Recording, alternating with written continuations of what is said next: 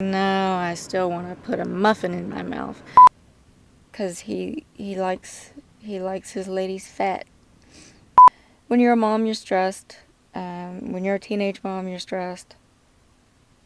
Especially when you never wanted to be a mom, you're stressed. So it was just easier to eat. Give your body 10 minutes after you have that thought and your stomach will go, feed me. Hey guys, it's Steph. Today I wanted to talk about what I call emotional eating, or more commonly referred to as stress eating. I call it emotional eating because it's not just when I'm feeling stressed that I want to eat. Even when I'm happy, it causes me to want to go get a cookie. I've never really figured out why. When you're happy, you shouldn't have that response. I understand stress eating. It's a coping mechanism. I guess when I'm feeling more emotion than I'm used to, even if it's a good one, I guess I do perceive that as a kind of stress. I'm not used to this feeling. So maybe that's why I eat even when I'm having good, happy feelings. Do you all go through this? Is it just when bad things are happening, or do you experience just the whole array of I'm angry, I'm gonna eat something. I'm sad, I'm gonna eat something. Today just wasn't my day, I'm gonna eat something. Everything in my life is going fantastic, let's go eat something. Because being overweight, I've struggled with weight most of my life. I'll say it first started, I had an event that happened to me when I was 6, and I'm not going to talk about that right now. But when that happened, I started eating. I was hiding bags of chips in my room and just shoving stuff into my mouth. And, by the time I was 8 years old, I was a little chubby thing. And I just kept getting bigger and bigger. And the breaking point, I was 10, and I no longer fit in the fat kid clothes in the store, and they had to be special ordered through the catalog. If you're not a certain age, you're not going to remember those days. This was before the internet. And I just remember being in the fitting rooms, nothing fitting, and crying my heart out. I was like 4 foot tall and 125 pounds, so 125 pounds is pretty much close to my max weight for what I am now, which is 5 foot, maybe 1 if I'm standing as straight as possible. But I lost weight, and also you had puberty kicking in when you obsess over how you look. I wanted to be a singer and a dancer, and I obsessed with having a dancer's body. But in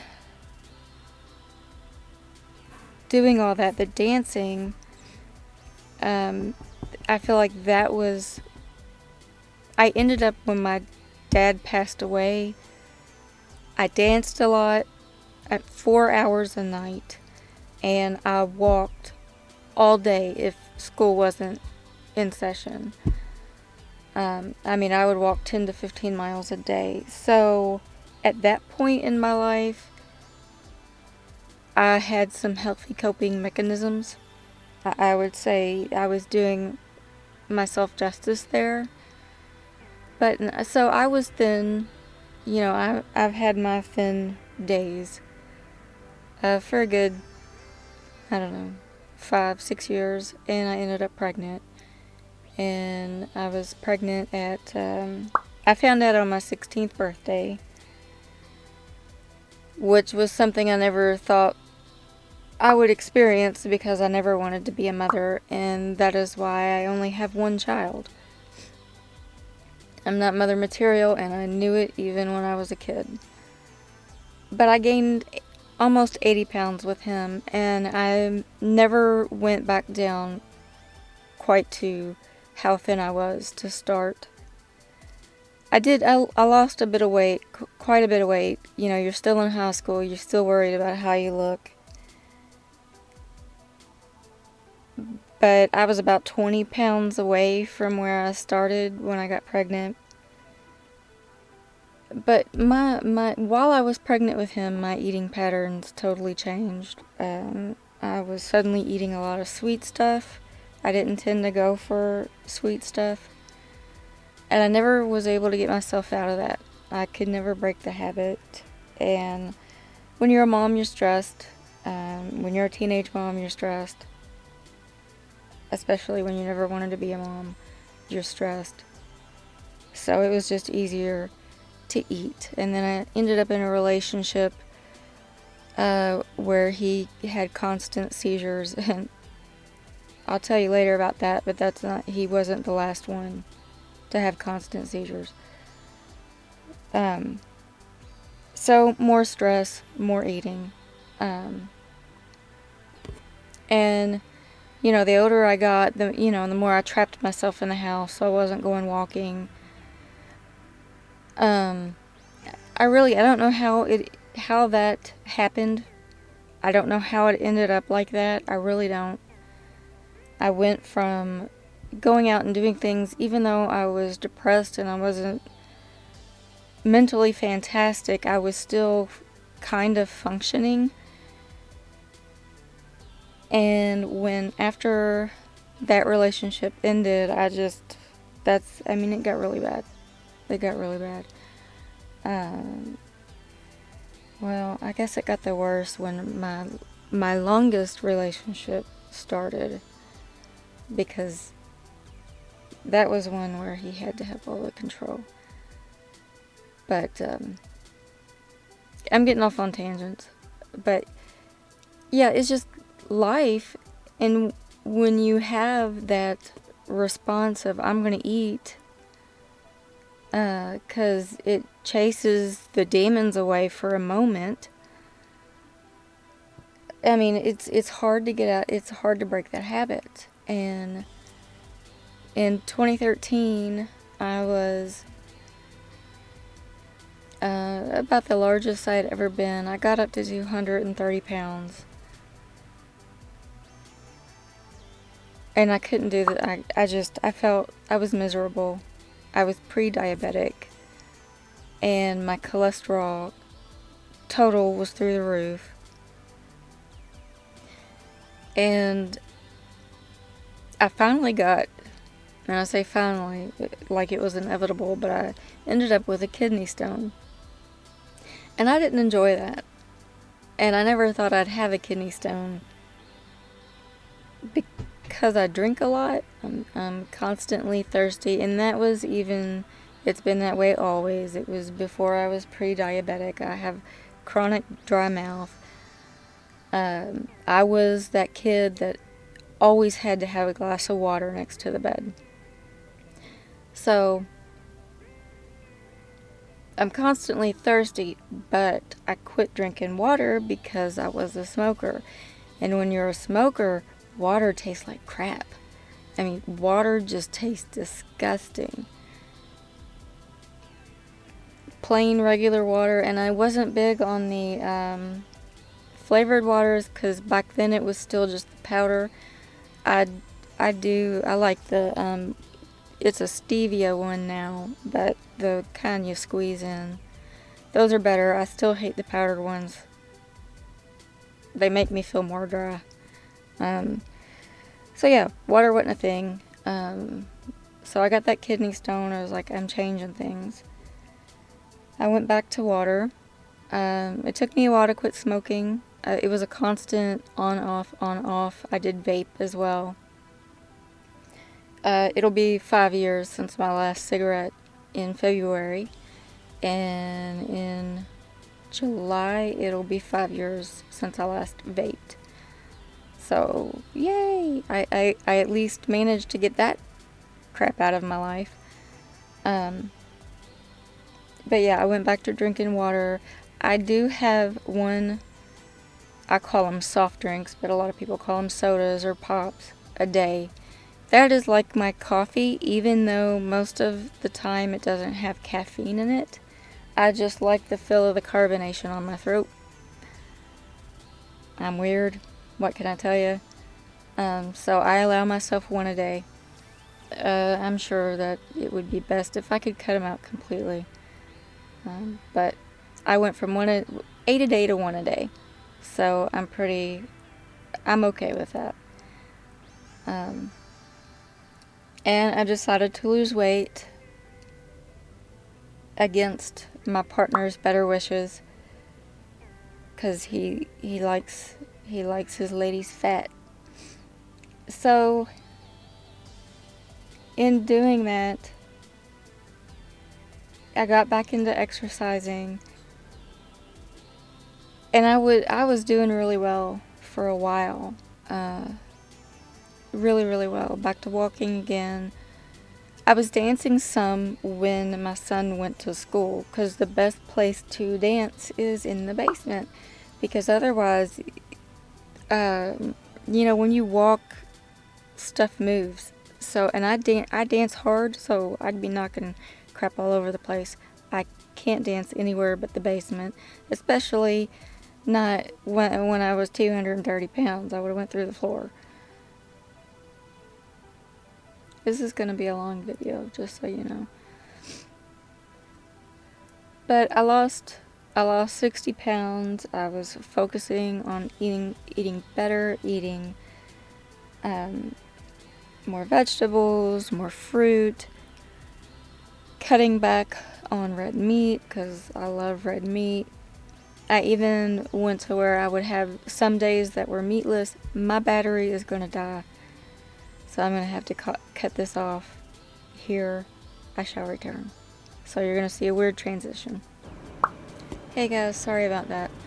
So anyways, I was having meatless days to try to help with my cholesterol, and I tried to quit eating chocolate and anything sweet unless it was fruit, and I was eating dried fruit. So I did really good for 2 years. I slowly did it, kept losing weight, and then I hit a plateau. And about the same time I hit a plateau, here comes more life events happening. Son graduated, then something bad happened to him. Then my mom needed surgery, and she's had 3 surgeries since 2015.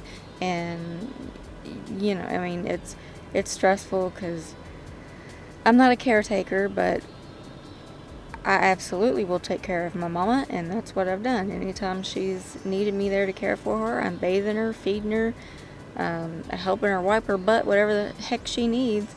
So, it's been rough. It's been rough. So, and I also had medical problems myself that I don't want to go into. So I did end up gaining weight back. I got back up to 190 pounds, but when I went back to work in 2017, the end of 2017,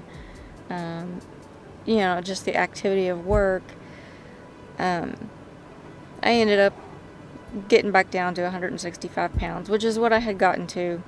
My plateau was about 165 pounds, and that's kind of been the case since like spring of 2000. Or maybe a little spring of 2000 was the last time I remember seeing the 150s. But so my cholesterol was up again a little, not like it was slightly elevated this past July, and I had been eating garbage because I lost my grandmother right before the pandemic. Actually lost her on Valentine's Day, and I've got other life stuff going on, and I've been stressed, and I've been eating a lot of processed food. I really believe that stuff is bad for you. And I've been back to eating chocolate like crazy. I would even replace a meal with some chocolate. And I kept telling myself I have to stop with sweets. And not only does it affect you when you're eating it in candy, it's not good for you coming from dried fruits either. You're much better to get it from whole fruits. I mean, because you're not going to get nearly as much sugar, because you're serving as you're going to eat so much more. I tried to keep, I love prunes. I know I'm an old person, whatever, but I would try to keep it at 2 prunes, and it would be after dinner I would treat myself with 2 prunes. So I wouldn't eat a whole serving or eat a whole bag. It was never like that. But still, it's sugar. It's more sugar intake than I need. I've even I'm having some fruit, but it's not an everyday thing because it's still sugar. So I'm really trying to cut my carbs and cut the sugar out of my life. And I decided to try OMAD, 1 meal a day. And some people think that it's stupid and you're starving yourself. Your opinion is your opinion. I thought that a few years back. I decided to give it a try, and I actually like it. I've kind of been off of it since the holidays. But in doing 1 meal a day, after the first week sucked. Because there was at least 3 times out of the day that I just felt like I was ravenously hungry. And that would usually be the times that I typically eat my big meals. I was a snack all day kind of person, but my full big meals were 3 times a day, and every time it would be like clockwork. I began to figure out that hunger is very conditioned. It's what you're used to. And after that first week, I got to where I was only getting hungry around 3 p.m. and I eat at 5. And in doing that, I noticed how often I just want to eat out of boredom, or because I'm thinking about something and I'm getting anxious. And I would think, oh gosh, I just want to go eat some chips. And I would go, well, you're not even hungry. Give your body 10 minutes after you have that thought and your stomach will go, feed me? I'm not kidding you. So I'm like, it is all in my head. So I'm really trying to figure out how to stop the thought process of, I don't like this emotion, I'm going to go put food in my face. So what I've been trying to do, and I'm not successful every time because it's learning something new. I mean, it's going to take some practice, but I've been trying to keep my hands busy. So I'll go draw. And a lot of the time it won't be serious drawing. It'll be the thoughts, the ideals I have for a future painting. And I'll do my little doodles or sketches. And when I first do them, they're really generic. You wouldn't think that person could create anything that looked like a human being. They're stick figures. They're hilarious. I will show you that. I've heard a lot of people I can't even draw a stick figure. Well, you should see mine. I had to build on that, and I've learned some techniques to help me draw, and I'll teach you that. But yeah, so I've really been trying, and it's pretty successful a lot of the times. Again, there's still times, no, I still want to put a muffin in my mouth. But it's going to take practice. So, I don't know. Of course, I always heard it takes 21 days to break a habit. And let me tell you, there's been habits I have broken that it was I have done this for 127 days. habit isn't broken. This is horse shit. But it is true, the longer you do something or the longer you don't do something, the more likely it is you're never going to do it again. So I'm trying to keep at it. Like I never really thought that it would be like 5 years since I've had a cigarette, because before that I had went 6 months at one time. I had made it a whole year. I just never thought, I thought it would be a constant battle of, oh, I've made it this long, but oh, I gave in. And I'm now at the point that I never think about having a cigarette. I never want one. It never crosses my mind. I'd say it took me about 2 years. And I know those of you wanting to quit don't like hearing that. Oh God, 2 years of the struggle. Yeah. But you can do it. If my ass can do it, you can do it. So yeah, I will show you all some doodles. So I'm hoping that this is a good way to break myself of the hand to mouth. I mean, that's really what it's pacifying. And I don't know why that is. But yes, I guess my eating did pick up more. I guess that's when I plateaued on losing weight. I totally quit smoking and I no longer had that. So here comes the food. You figure things out as you talk to people. So I need to get over this pacifying thing and do something productive with my hands and give it a try. If you don't like drawing, try like making I do bracelets too. I don't know if any of you all know that, but I make bracelets, and I've got polymer clay that I want to learn how to do some stuff with. Just go into the arts and crafts aisle, go to like Hobby Lobby or Michael's or whatever, and see what you might think you might like to get your hands into and keep your hands busy and create. So that's my goal. And of course I want to get back on my OMAD. I've been off since Thanksgiving. And then here comes my birthday right after that, and then Christmas. I do a lot of baking. I make ginger snaps, I make ginger cookies, snickerdoodles. This year I made springerly cookies for the first time. I do the old-fashioned fudge, old-fashioned peanut butter fudge, peppermint bark.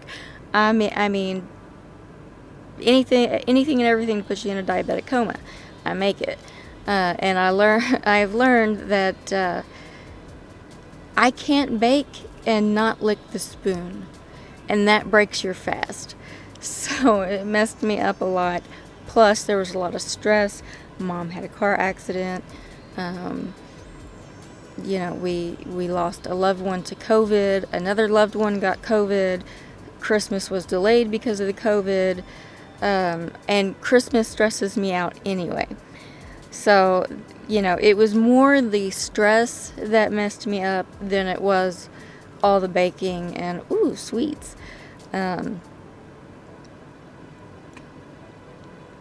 yeah, I'm going to cut this off because this has been going a while. This is going to be the longest video yet. I don't know if I'm going to edit it or not. We're going to find out. But, yeah.